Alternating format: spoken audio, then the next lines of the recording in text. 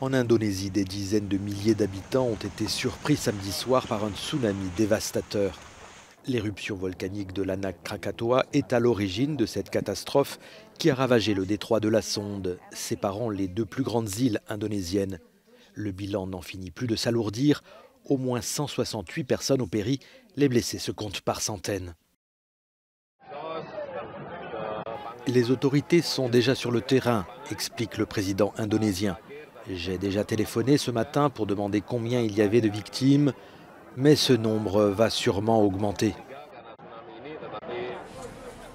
Sur le littoral de Java et de Sumatra, l'heure est à la désolation.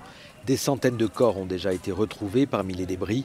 Les services de secours et les hôpitaux ont été pris d'assaut et la liste des blessés n'est toujours que provisoire. Sans parler des disparus, des dizaines de personnes manquent toujours à l'appel et les autorités craignent une véritable hécatombe.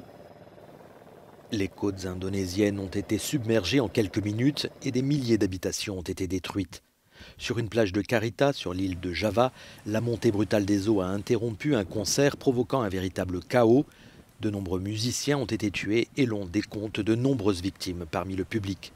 Cette catastrophe aurait-elle pu être évitée? C'est la question. Seule certitude, les autorités n'ont pas alerté à temps la population des risques de tsunami, même s'il reste difficile de prévoir des submersions consécutives à une éruption volcanique.